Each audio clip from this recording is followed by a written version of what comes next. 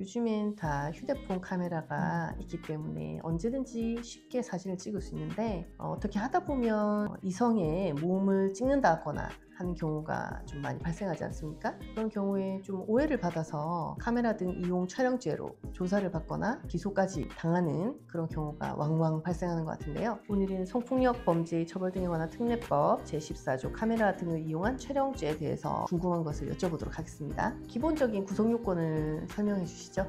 카메라 이용 촬영죄는 먼저 카메라나 이와 유사한 기능을 갖춘 기계 장치를 이용해야 되고, 두 번째, 성적 욕망 또는 수치심을 유발할 수 있는 사람의 신체를 촬영해야 되며, 세 번째, 촬영 대상자의 의사에 반하여 촬영되어야 됩니다. 이런 경우 7년 이하의 징역 또는 5천만 원 이하의 벌금에 처하게 됩니다.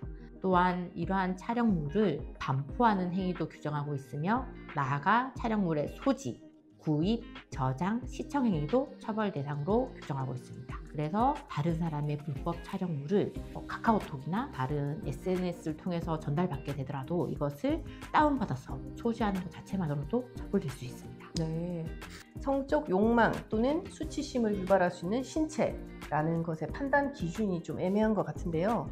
어떤 판단 기준이 있을까요?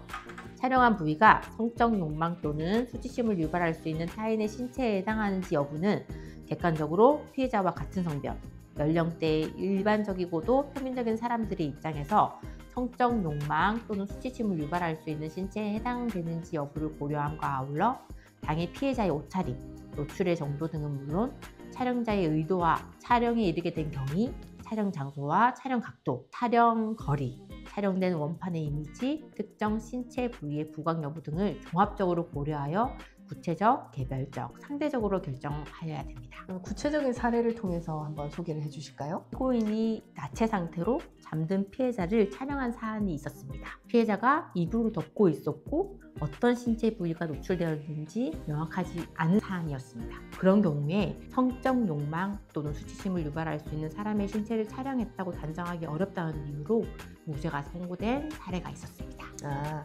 다 나체로 자고 있었지만 이불을 덮고 있었기 때문에 카메라에 나타난 사진에는 신체 부위가 드러나지 않았던 그런 사건인가 보네요. 네, 맞습니다. 제가 한번 했던 사건이 생각나는데요. 여자 배구의 경우에 굉장히 이제 짧은 팬츠가 유니폼이지 않습니까? 그래서 이제 경기를 하던 중에 잠시 앉아서 쉬던 여자 배구 선수들이 약간 이렇게 팬티가 약간 말려서 올라간 정도가 있는데, 그걸 멀리서 이제 팬이 촬영을 계속한 것이 어떤 전체적인 거리로 봤을 때 그 부위만 정확하게 부각시켜서 찍은 것도 아니었고, 그런 사진이 좀 많았지만 어쨌든 모두가 볼 수 있는 상황이었고, 팬이 경기를 찍는 중에 그런 사진이 몇 개 들어있었을 경우에는 본죄로 처벌되지 않은 그런 케이스가 있었습니다. 그러한 경우 촬영자의 의도와 촬영에 이르게 된 경위 등을 봤을 때 범죄 구성 요건에 해당하지 않는다고 아마 판단이 된 것 같습니다. 변호사님, 이 죄가 미수범도 처벌하고 있지 않습니까? 네, 그러면 어떤 경우에 미수, 어떤 경우에 기수, 어떤 경우에 미수도 해당하지 않는, 처벌할 수 없는 경우인지 기준이 좀 궁금한데요. 일반적으로 저희 판례에서는 촬영 행위에 밀접한 행위가 있으면 적어도 미수 이상은 처벌될 수 있는 것으로 규정하고 있습니다. 여기서 밀접한 행위가 뭐지라고 생각할 수 있는데, 일반적으로 저희가 핸드폰을 켜서 카메라 기능을 이제 촬영하려고 버튼을 눌렀을 때, 이럴 때는 실행의 착수가 인정된다고 보고 있습니다. 그런데 촬영되는 경우가 대부분 화장실이나 아니면 앞에 가는 여성을 따라가거나 이런 경우가 많이 있는데, 화장실에 여자 들어오지 않았거나 들어왔는데 옷을 벗지 않고 카메라를 먼저 발견해버린 경우, 이런 경우에는 대상물이 촬영되지 않은 상황이기 때문에 미수에 그쳤다고 볼 수 있습니다. 카메라 버튼을 누르고 촬영 대상물이 촬영되었을 때, 이런 경우는 기수로 처벌되고 있습니다. 연인 관계에 있을 때 서로 성관계 동영상이나 신체 사진을 촬영할 경우에 헤어진 이후에 이게 유포되거나 문제됐을 경우에 카메라 등 이용 촬영죄가 성립을 하는가요? 그런 경우는 좀 꼼꼼하게 살펴봐야 됩니다. 변호사님 좀 전에 말씀하셨다시피 이게 사귀고 할 때는 괜찮은데 헤어지고 난 다음에 혹시나 또 피해자 입장에서는 이게 유포될 것이 걱정되어서 고소하는 경우가 많습니다. 그런 경우는 일단 이 범죄 사실이 성립하려고 하면 피해자 의사에 반해야 되는 부분이 있는데, 피해자 의사에 반하는지 여부를 판단하기 위해서는 이 촬영된 영상물을 처음부터 끝까지 다 볼 수밖에 없습니다. 제가 검사였을 때 제일 중요하게 여기면서 봤던 부분이 피해자가 카메라랑 눈맞춤이 있는지, 이거는 처음부터 끝까지 계속 보면서 일일이 다 확인해야 되는 부분이거든요.